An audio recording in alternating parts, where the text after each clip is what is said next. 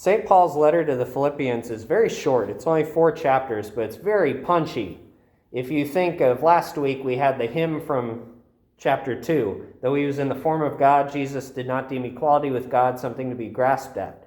It's this very beautiful and powerful hymn about the emptying of Christ out for our sake. And then very famously, Philippians chapter 3, verse 14 is, I can do all things through Christ who strengthens me. And today, Paul is really giving a doozy. He's talking about have no anxiety at all. That's kind of difficult. The very verses right before this, Paul is saying, rejoice in the Lord always. I say it again, rejoice. The Lord is near. So, rejoice always. Have no anxiety at all. How the heck can Paul say things like this?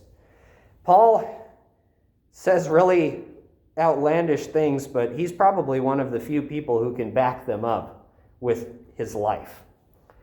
This is a guy who, I've said before, is very fond of saying, I was shipwrecked, I was stoned, I was beaten with whips, I've done all of this stuff, I've suffered greatly for the sake of the gospel.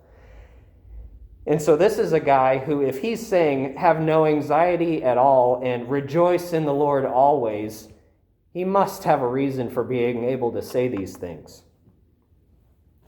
I think part of the answer comes immediately after the passage we've got today. He starts talking to the community of the Philippians and he says, basically, thank you for all of the support that you've given me. I'm grateful for all of your support. But then he quickly goes into saying, it's not like I needed it, but I do appreciate it. And he starts talking about how he's learned how to live with nothing and with excess. He's learned how to deal in every circumstance. And I think that's kind of getting more at the heart of this rejoice in the Lord always and have no anxiety at all business. Because if we're able to rejoice in the Lord always, if he is our fixation, if he is where we're pointed, then in some sense, there's nothing else that really matters.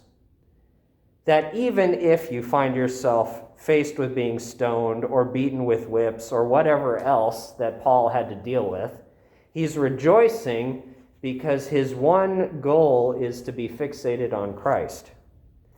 He also says in another place, I do not know which is better, because to live is fruitful labor for your sake, and to die is to be with Christ. That's that single-mindedness that Paul has, that if we can get somewhere close to that, I think our lives are going to be very blessed. Because we'll be able to say with him, rejoice in the Lord always. It's easy. Just follow him. Because no matter what the outward circumstances of life are, I know what my hope is. I know what matters.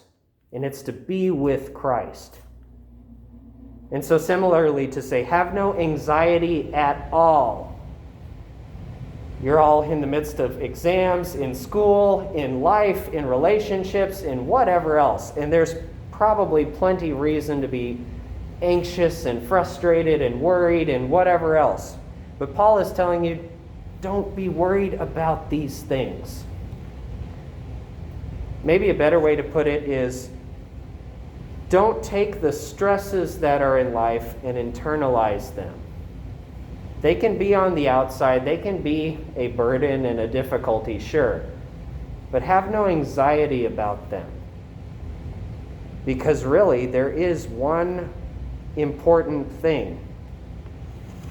And it seems so impossible again. Even as I say it, I'm like, yeah, but that's really difficult to do. I'm still anxious about all these things that maybe I shouldn't be worried about.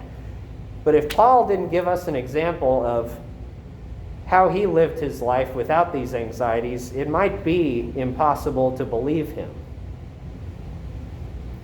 So when you do find yourself filled with anxieties and frustrations and sadnesses and whatever else is going on, I invite you to rejoice in the Lord always.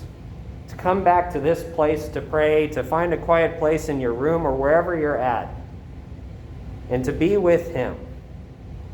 And to be reminded that there's something greater to come. that Christ can and should be everything.